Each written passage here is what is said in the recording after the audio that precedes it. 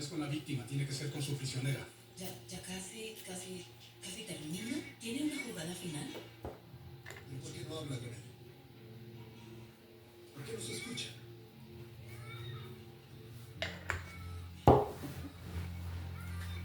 Un segundo. Disculpa, Sam, tienes que repetir eso. ¿Quieres que yo haga qué? ¿Qué? Quiere que huelas la cama. Escuche. Escúchelo. No te va a morir. Lo sabe.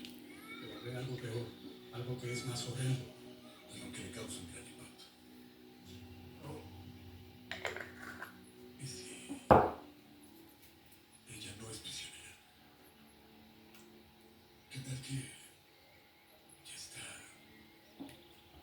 muerta?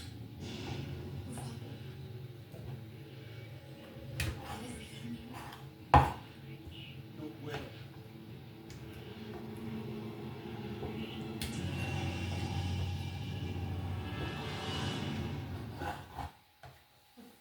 ¿El Ignoto viaja con una chica muerta?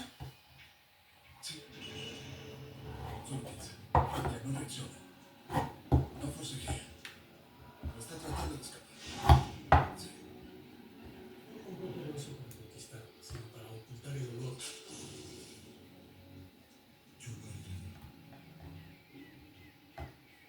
Hacer así lo pide en descomposición, perfume y enmascara el dolor. Está posponiendo su muerte. ¿Qué hay de las flores? Sí, le ofrece las flores como un gesto hermoso para honrarla, para demostrarle que es valiosa para él. ¿Podría ser un necrófilo? Espero que no. Sin importar la razón, interactúa con ella como si estuviera viva. Hay que cambiar el perfil.